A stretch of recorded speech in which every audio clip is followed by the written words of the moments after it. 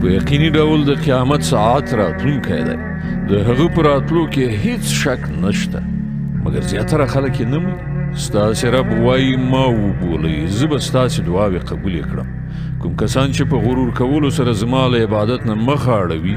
هغوی به ارومرو ذلیل او خوار دوزخ ته ورننوځي هغه خو همدا الله دی چې ستاسې لپاره یې شپه پیدا کړه تر څو چې تاسې پکې استراحت وکړئ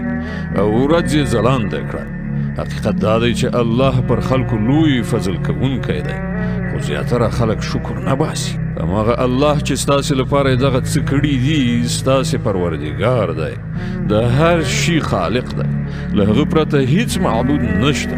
نو تاسې کوم لوري ته اړول کیږئ په همدې ډول هغه کسان اړول شوي دي چې د الله له آیاتونو نه یې انکار کوو هغه خو همدا الله دی چې ستاسې لپاره یې ځمکه آرامځای وګرځوله او پاسې د آسمان ګنبده جوړه کړه هغه ستاسې صورت جوړ کړ او ډېر ښکلی یې جوړ کړ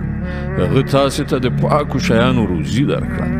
هماغه الله چې دغه کارونه دي ستاسې پروردګار دی د بې حسابه برکتونو څښتن دی